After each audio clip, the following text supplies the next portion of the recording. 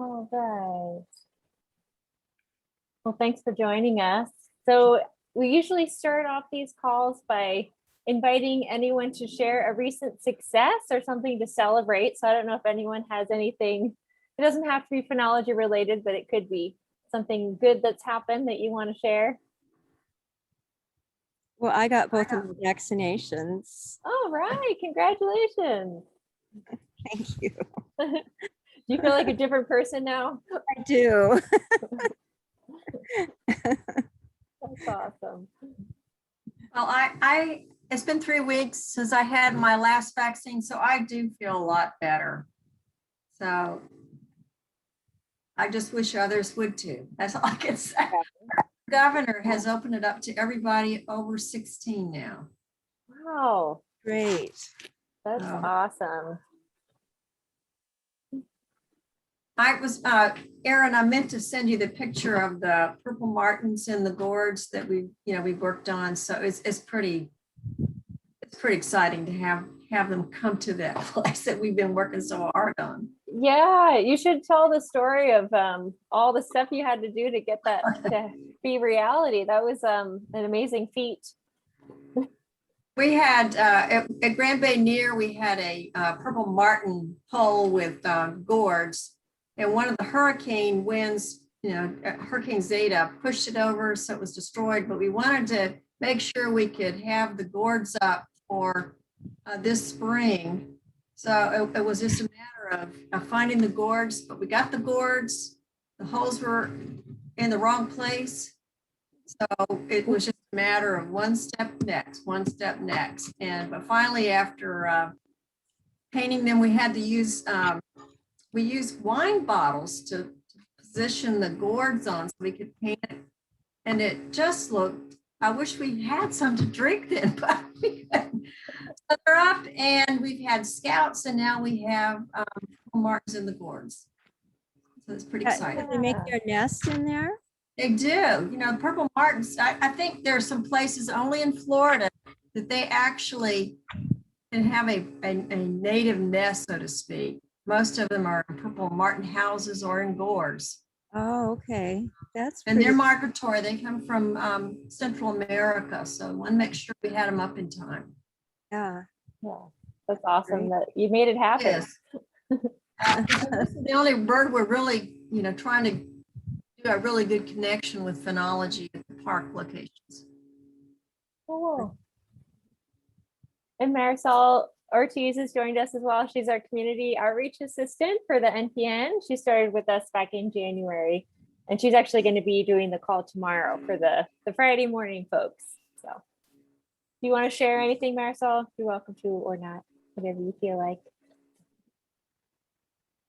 I don't have anything yet, but hello, everybody. It's nice to see all your faces. All right. So the main thing for today is I'm going to go over several different visualization tools that we have available. And we're doing this because we do have a lot of tools on the website. And I realize that some people don't even know all the stuff we have. And we want to make sure that you all are aware of the tools because you can use them for just seeing your data. You can use them to make annual reports to just keep track of your observers. So we're going to be launching into that. But before I do that, does anyone have any questions about anything else or other things you'd like us to cover? It could also be an idea for a future call. Next month, we are planning on doing information about recruiting and retaining observers and just some best practices that we've heard from you all about best ways to do that. But we don't have anything scheduled for the month after that. So I'm open to ideas. We also have a form on the Community of Practice website you can fill out if you think of an idea later. But just wanted to open it up first right now in case anyone has anything, questions or ideas for future calls.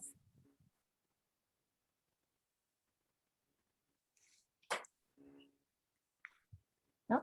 All right. Have to think about it. Yeah, give it a think and then you can, put it on the form or just email me, whatever's easier. Okay. All right, so we are going to start out with looking at visualizations that are kind of at the most fine scale level. And so we do have a way for you to look at your own data and data from your local phenology program right on your observation deck. And this is not as powerful of a tool as we have for the visualization tool, but it's a way for you to kind of see right on your observation deck different species that you might want to keep track of. So this is the second tab at the top here, my Phenology Calendar. And you can actually customize this so that you can have it show certain plants, animals, different phenophases that you'd like to keep track of. And you can always update this at any time, but it's nice to just put something up here. So I'm just going to put up something from the Coronado National Monument or National Memorial. And they have been tracking different agaves for our Flowers for Bats program. So I'm going to put on here a couple different phenophases. These are the open flowers phenophases for 2 different agave patches. And I'm going to have 2019, you can have up to 2 years, in 2020, and then create my calendar. And then I can see what's been reported in 2019 and 2020. So 2019 is the orange, 2020 is the gray. 2020 was kind of a tough year for a lot of people, so we didn't have a lot of observations then because of different restrictions with COVID and all of that. But you can print this out if you want. You can download it as an image or print it out. If you make it your default calendar, then it'll show up as that calendar when you log in to your observation deck. But basically, this is just a really coarse view of when you reported your yes records for different plants or animals, and you have to pick, a single phenophase, or I think you can have up to 3 phenophases. And it kind of combines from your first yes all the way through to your last yes. It makes one long bar. So the information you can get from this is basically what's the period of time that you reported yes for that particular phenophase over the different years that you have on here. And the ways this is useful is it allows you to identify if there's maybe something that's wrong. So maybe you have a funny bar out here in the middle of the winter that says yes, and then that allows you to see visually, oh, there might be something wrong here. Maybe I should go in and check and make sure that record is correct. Maybe I should have reported a no when I reported a yes, so I can go in and see what that data is so I can fix it. It also lets you see and kind of anticipate when should I start and go looking for that phenophase. So if I'm going to go start looking for open flowers at Coronado National Memorial, I know that I should probably start going out in July so I can make sure that I capture that first yes. So you can play around with that and add different things on here. And yeah, if you've made it your default calendar, then it should show up on your observation deck there as what you see. So any questions about that? That's just a really basic version of a calendar. It's something that you can look at your own data or data for a local phenology program that you're part of. So it doesn't show you everything, but it's just kind of a basic way to look at data. Any questions on that? All right. Erin, where do you make it your default? How do you make it your default calendar? Your default calendar. So when you go in, yeah, to customize just it, customize, okay. yeah, you go through the steps of customizing it, and then there's a little checkbox at the bottom where you can do that. Yeah, it's taking a long time to load now, but yeah, under the calendar, after you make your calendar, and if you like it, then you check the box to make it default. Okay. All right, so I'm going to move on to our visualization tool. And this visualization tool actually allows you to see all of the data in the National Phenology Database. So not just your own, but all of the data. So if you wanted to come in here and see all of the data for a particular species, then you can do that. If you want to kind of learn how to use the tool, we intended for these to be a way to kind of give you an idea of what you can look at. So for example, this one's relevant for the Southwest here. Does the arrival of white-winged doves coincide with open flowers on saguaros? So this shows you how to use an activity curve. And this will walk you through what you're looking at here, what information you can get from this kind of a visualization, and then it'll give you instructions right here about how you can modify it. So say you wanted to look at different species or different years, then you can do that. And then, so this is what you're looking at here with this type of visualization is you can look at overlap in the activity of different species. You can see when the most observations were recorded for these different species, and really, get to know how to use this tool. We can look at other ones, like this is a phenology calendar. So this shows you what you can learn from this calendar, and how you can modify it by changing the different settings. So I welcome you to explore that part of the tool. It's just kind of a way to get an orientation and start with a preloaded calendar and then switch it out from there to kind of get to know the tool. But another way to get into the tool, if you're really concerned about wanting to look at your own phenology data, that's what I really want to show you today. So that is actually the best way to get into that is by going into the list of active local phenology programs, because that is the way you can get to your customized link into the tool to look at just your data. So let's look at one of the groups. Maybe does anyone want me to look at their group in particular? I can look up. Can you look at mine? Yeah, what's the name of yours? Master Gardeners. So it's okay. Let's see if it comes up here. If it's a newer group, it might not be here yet. And I don't know if we've moved you over into, I don't think we've moved you into active status because it's new. Okay. We usually do that after 6 months. And so we check to make sure you have data. So I need to still do that for yours. So maybe we'll do one of the Gulf Coast ones. And do you want to suggest one, Gail? Why don't we just try the Mississippi Gulf Coast Community College, MGC? Okay. Would that be C? C? One more C. Oh, one more C.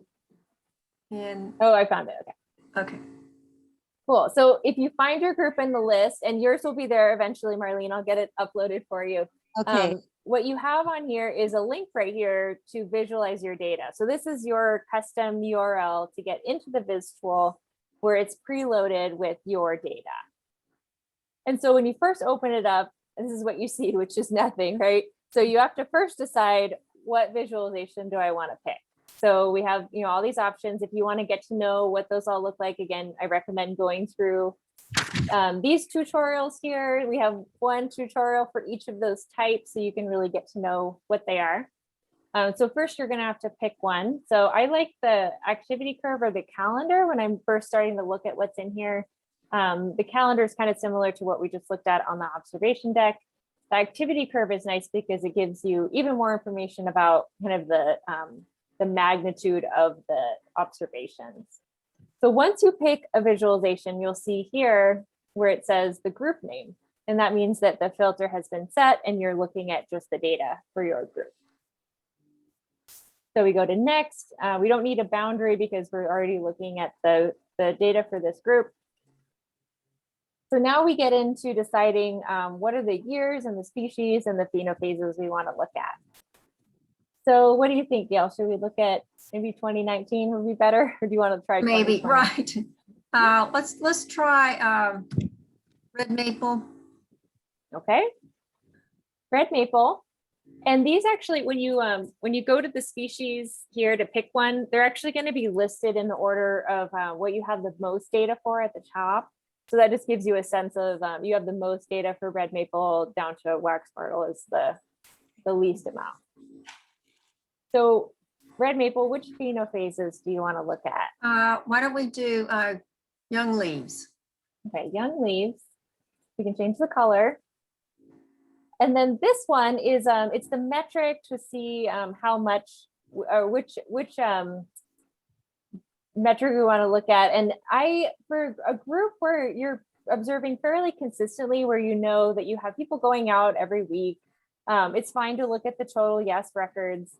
Sometimes if it's a bigger area where you're observing or you want to look at all the data from a state, you don't really know if there are people who are going out really often in like the spring and the fall, but not so much in the summer, and maybe there's like fewer observations. So in that case, you might want to look at proportion, because that'll give you, regardless of how much or how often someone went out to observe, it'll kind of even it out and show you of the times that someone went out to observe, what proportion of those records were a yes. If you look at the total, it's just going to give you the raw total of how many yeses there were. So I like to do the proportion. I think it's just a little bit better. So we can go with just that one phenophase first. So now what we're looking at is over the course of the year, which was 2019, what was the proportion of yes records that were reported for all of the different red maples at this group.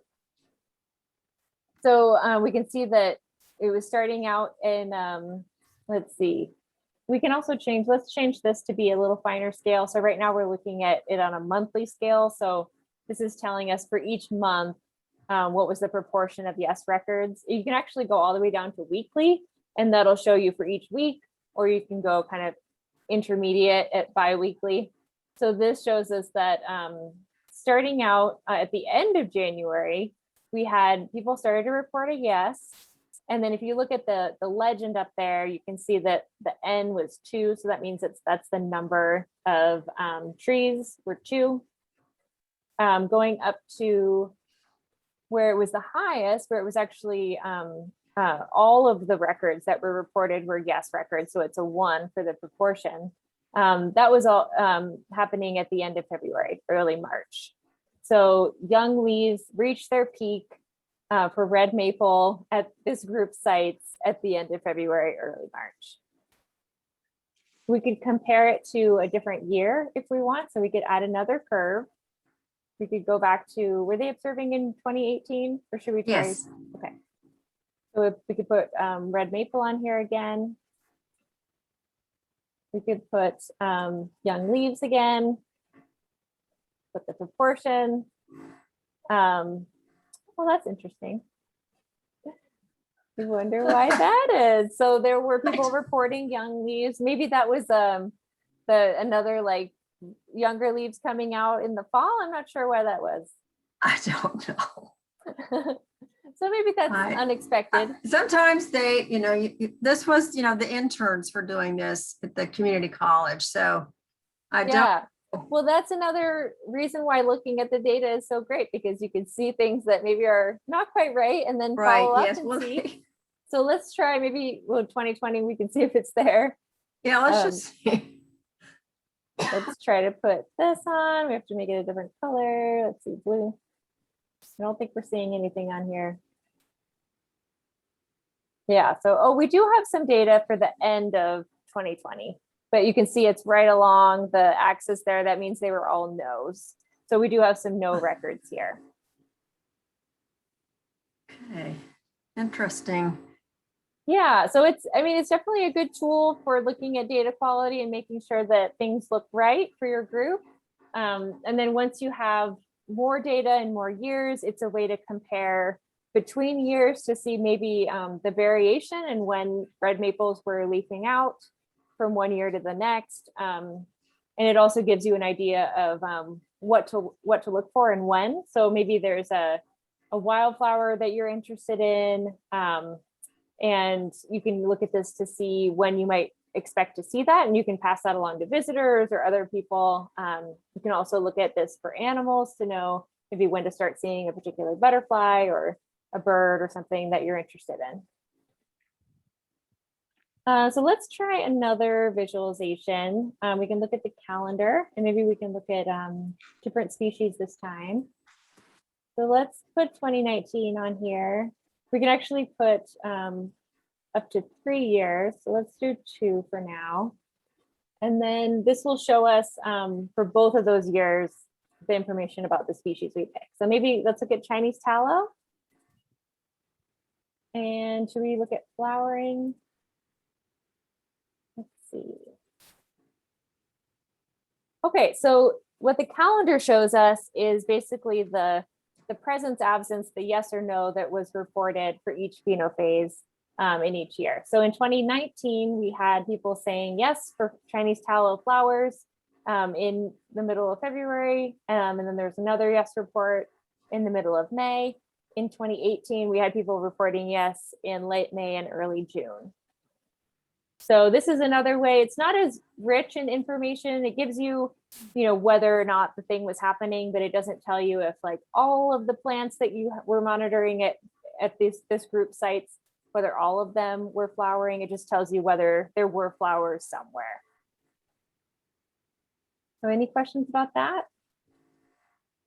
You can also add on the negative data, which we love the no records because they're really valuable as well. They tell you that someone went out and looked, but they did not see that phenophase happening. So if we didn't have these on, we wouldn't know if someone just by chance happened to go out here and that was the first time they saw flowers, but maybe they hadn't looked before. By adding on the negative data, we know that someone did go out and they looked about a week before and they didn't see it happening. So we know that for flowers, it started happening sometime in this week here, which is pretty accurate. We can say within a week certainty that flowering started occurring. 2018, because that was when they first started, we don't have the no data in advance. So that might be why we see the first flowering so late in the year, is because we didn't have the data from prior weeks here. But if we did, then maybe we would see that maybe it even goes back to here.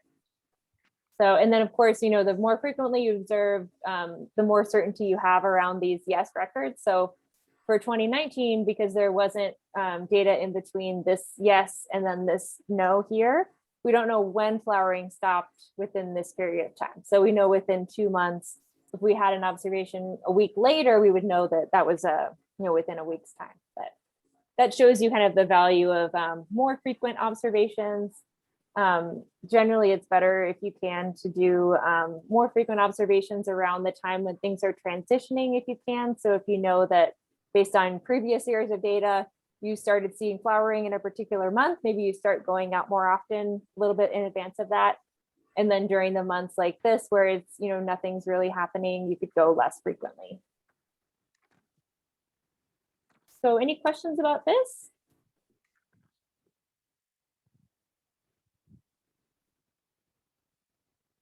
Anything else you want to see on the Viz tool? I wasn't planning on going through all of these different visualizations, but if there's another one you're curious about or you want to see, I'm happy to do that. One thing that I will show you is if you would like to see data for, let's say we want to see all the red maple data in the state. I think if we refresh, oh, we're still on the group. Okay, let's go to here. We're going to refresh. So we clear the group filter. And then let's look at the red maple data for the Gulf Coast area to see if there might be other observations around that were not just made by the Gulf Coast Phenology Trail. So we could do a hand-drawn boundary. And let's say, I know the Gulf Coast Phenology Trail is about in this area here. So we can draw a polygon around the area that we're interested in. And then we only see the data from that area. Then we can look again at 2019. We can look at red maple. Look at young leaves again. And let's look at the proportion here for sure, because we don't know how often everyone was observing. So it might be really variable at different times of the year. So we can kind of even that out by looking at the proportion. All right, and I'm going to change this to do a little bit more fine scale. So we're looking at every 2 weeks. So this is about what you'd expect based on what we saw at the Marine Education Center, but we see that there are a few people, 58 plants or so that had some young leaves reported early in January, but it really starts ramping up in February here, and we see the peak in the proportion of young leaves in March through April. So you can do this with any of the species you have and see what else people are reporting and kind of put your observations that you're making on your own species in a kind of a more regional context by looking at what others have reported as well. And sometimes there's a lot more data if you expand out to a larger area. So it tells you a little bit more information, especially if you're just getting going and you don't have a lot of data yet. Any questions about that?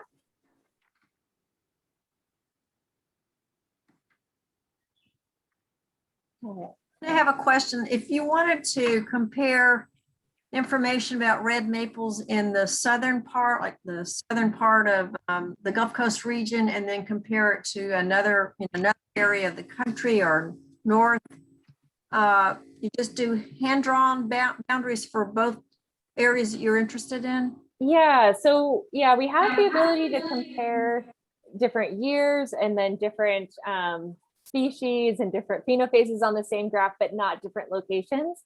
So what I would do is I would download this graph and then I would go back to the boundary.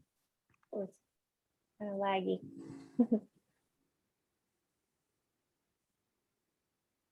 So it's downloading here, and then I would go back to this boundary. I would take this off and then add another one, and then do the same process and download again. And then you'd have your two different graphs, and then you could compare them side by side. Here's the graph. Yeah, any other questions?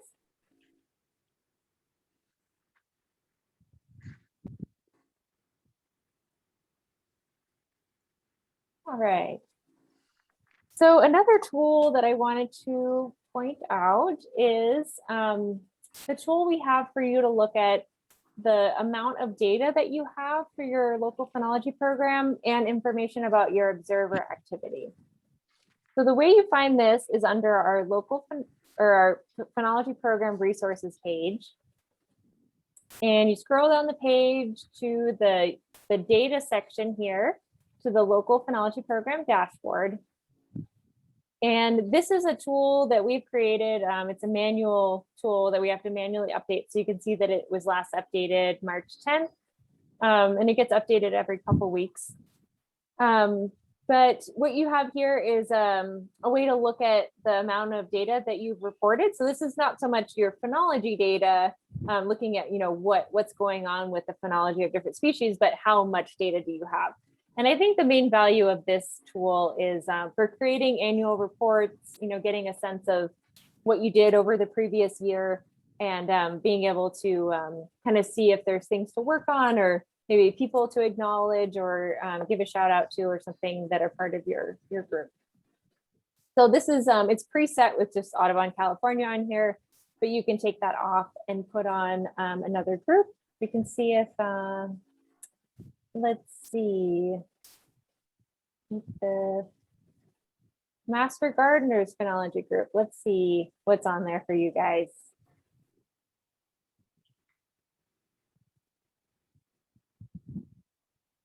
All right, so it's preset to 2021. You can also look at last year. I don't know if you guys had much last year, because I know you just got started, but we can see. Yeah, we didn't. I don't think we had any. So we'll look at this year then. All right. So for 2021, and we just have a couple months to look at so far. But so far this year, this is the number of observations that you've reported in different months, and then how many across the whole year at your different sites. And if you had more than one site, that would show up here in a list. So you had your most observations in February so far, 568 on the year. We can also see all the different species that you have reported. I don't know why, usually it comes up with a little more information here, but yeah, you can click on it or hover over. So it looks like jojoba is probably the highest that you have. You also have a lot on desert willow and mesquite as well. Okay. And then this is your what number of phenophases have the most records. So these are about even split between leaves, flowers, and fruits. And then you can look at the site visits by month. And so this is kind of a nice tool, because if you maybe you didn't observe much in, say, like the summer, you had a gap somewhere where you didn't have many observations in July, this lets you kind of see that. So maybe you want to work on that this year and try to make sure you get out there, in a month that you didn't have a lot of data last year. It just gives you a sense of how many visits were made. So you guys had the most 6 different observation dates in February, which is great. So then we have another dashboard on here, and this is actually technically a separate dashboard. So you'll see that it's back to the default here. So in order to see our data here, we have to take this off again and then reload your group's data. We'll put that back on here. And so what this is information about your observers. So we can see how many observers submitted data for each of the months that you have. So you had the most, there were 5 different people that submitted data in February. You had 2 in January and 1 in March so far. And then your total of individual observers. You can also see the activity by observer. So you can see which of the people who are in your group observed the most and when did they observe across the year. I like this tool for figuring out who's really doing an awesome job at recording a lot of data. It's a nice way to pinpoint those people, and then you could acknowledge them in a newsletter or just talk to them and tell them how much you appreciate them. You could also see maybe there was someone who was observing a lot at the beginning of the year, and then they kind of dropped off and you haven't really heard from them. Maybe you can get in touch with them and see if there's something going on, or if you can help them get back to doing observations. And you'll see that what you see about the person is just this identification number, which doesn't really tell you much, right? So I'll go over how you can figure out who that person is too in a minute. And then this gives you just an overview of the total records that were contributed by each of those people, and their IDs are right here underneath. So it gives you a sense of who are your top observers and people that maybe you want to get in touch with or check in on or whatever you need to do. So any questions about this other than how do you figure out who the IDs are? Because I know that that's a question. I like this one. This is great. Yeah, and you can download all of these graphs too. See this download button. You can decide how you want to download it. Maybe you download a PDF, which gives you everything, maybe an image. So you can use all that in an annual report or just to put in a newsletter or whatever you want to do. Okay, so in order to figure out who these people are, we need to go into our observation deck. So I'm going to go back to the Nature's Notebook site here, go into my observation deck. And all of the information that you can get as an administrator of a particular local phenology program is all through this Manage Users page. So this, you have to have your local phenology program selected. So you want to pick out your group here. This one's the one we created for the National Coordinating Office a long time ago. So let's say I'm an administrator for the NCO. I go into my Manage Users page. And that is where I can see all the information about my observers. And this is all because this is limited to people who are administrators. This is not public facing. So you can have, your emails and everything is in here, identifying information that you wouldn't want to have out there on the dashboard. So in order for me to find out that observer ID, I can either find the ID here. So say I want to see what's the ID number for me. This is my account here. So I'm 2927. So that's one way to see it. You can also download a group roster. So this is going to be the full list of everyone who's in the group and what their ID is. So I'll show you what that looks like. So here I have the person ID, that's the observer ID, and then the username of the person. So here I am, 2927. And it also has some more information that you might be interested in about when I was first registered all the way back in 2010, and then all the badges that I've earned. And that could be a way to kind of acknowledge different observers too, if you're interested in using that in communications or other ways to kind of acknowledge and celebrate your observers. So any questions about that?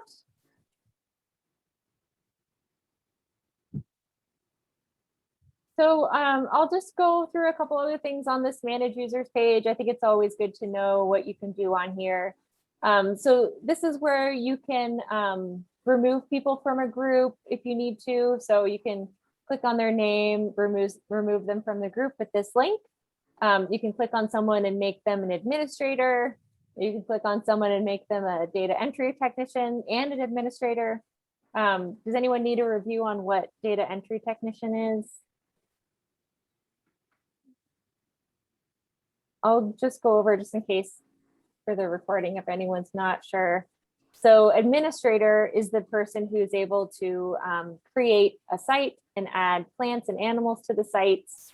They are able to access this manage users page and do all of the stuff in there and see the observer IDs and download the data from the observers. Separate from that is what we call the data entry technician. You don't have to assign this.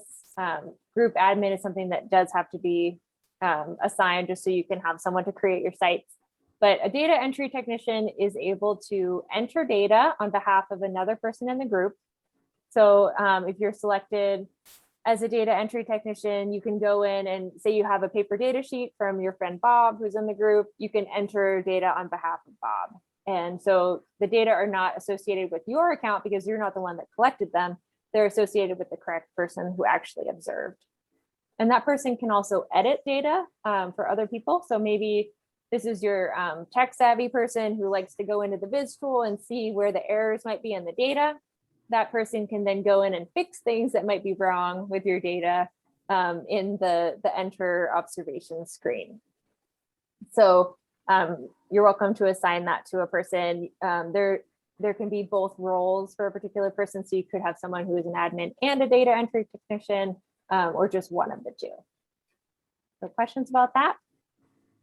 I have a question, Erin, about, you have a long list of names. When can you delete some of them? And is it, I mean, I've got, from training, they'll go in and so we have all those names and they've not come back to observe. So can I kind of clean it up at some point? Yeah, so this one, like maybe you see someone that looks funny, like I think this was a test account that was made test 27. Okay. So I can remove them and it says, are you sure? And you say yes.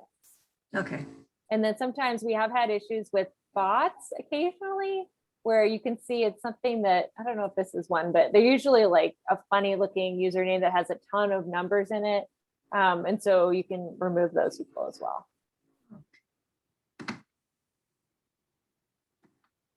Any other questions?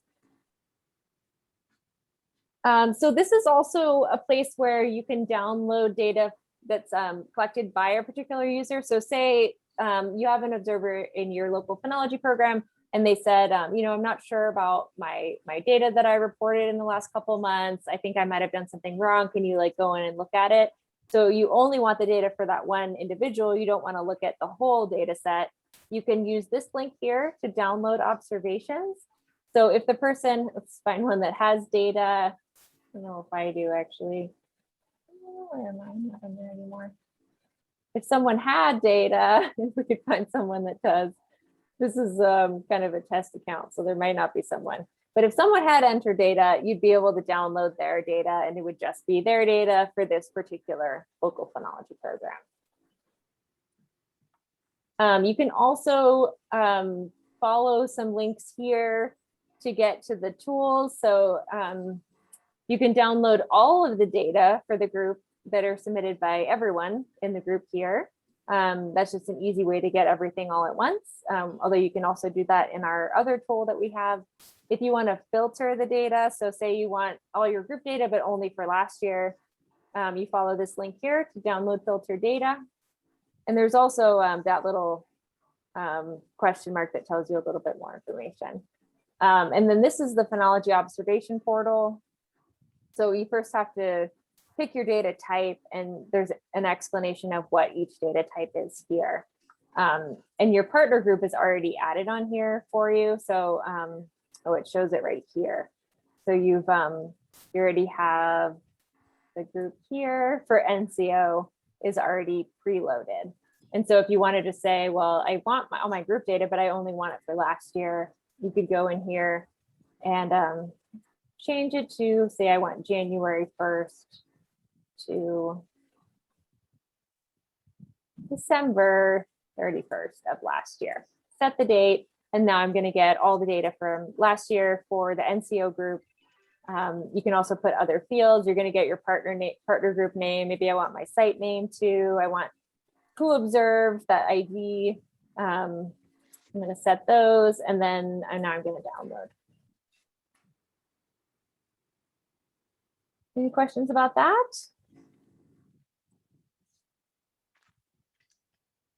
So other things on this page, here is another link into the Viz tool, kind of like the one that's on that the menu that we first looked at, where you have your customized link. This is another way to get into the tool with that link. It's just right in your manage users page.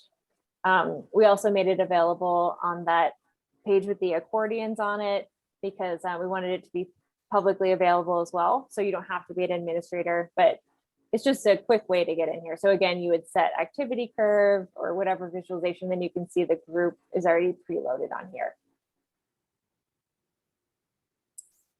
And then here is the group data dashboard link. So another way to just get into that dashboard that we were looking at, which unfortunately you have to reset again. It doesn't have a, your group preset on here because we're not able to do that with this tool, but you can change that drop down to your group here. But it's just kind of a way we tried to have one spot where you have all the links that you need right there. So always look at the manage users page if you want to find something for looking at your group observers and group data. So questions about this page?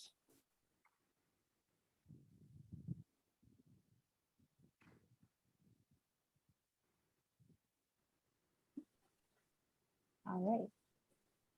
So that is all the stuff that I wanted to cover on the visualizations. I know it was a lot. We are recording this, so I will post the recording of the video on the community of practice page, which we can go into as well.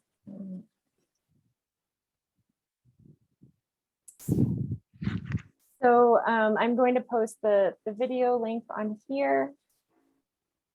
Probably by tomorrow, in case you need to check back on it. For next month, we have best practices for observer retention. We don't have a topic yet for May, so if anyone has one to suggest, you can suggest it to this form here or just send me an email. And yeah, anything else or any other things besides the data visualization that anyone wants to talk about?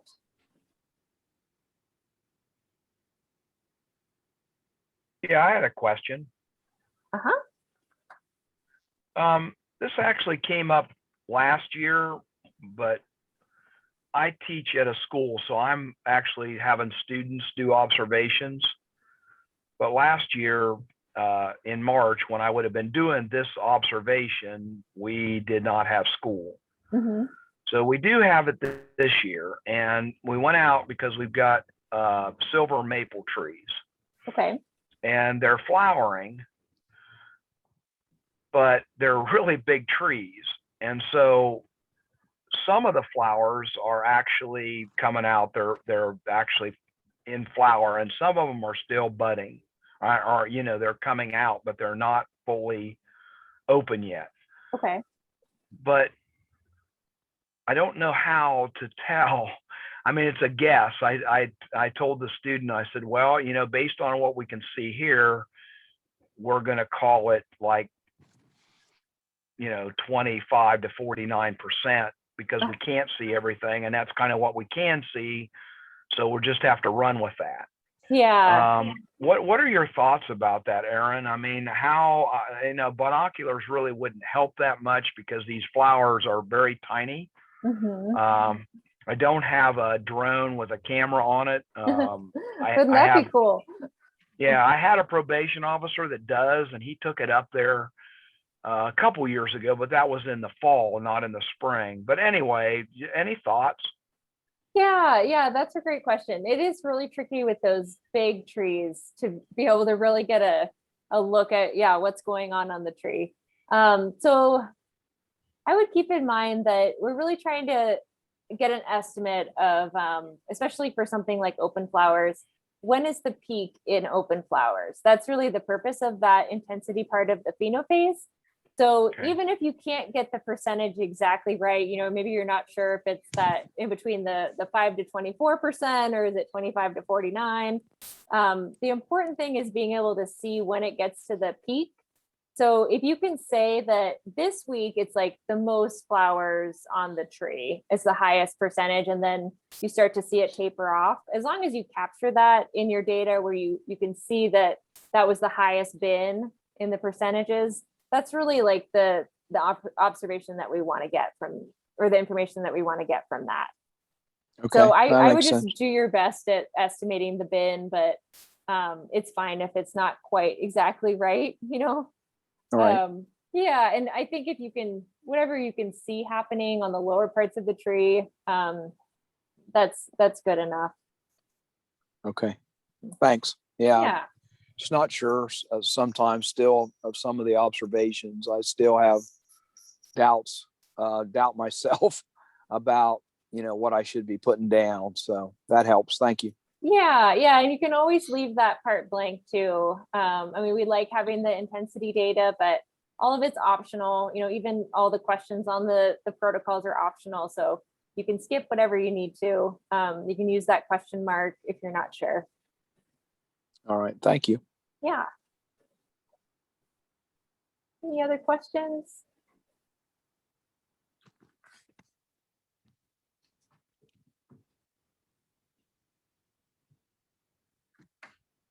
We'll probably have a lot after we start using the. Yeah, sure, no problem.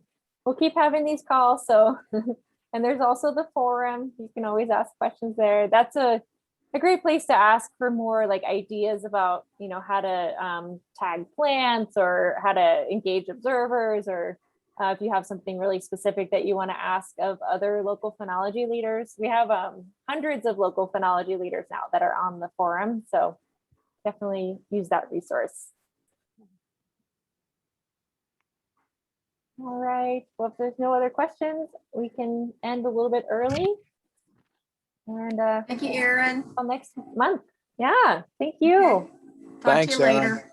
All right, bye. Bye-bye. Bye.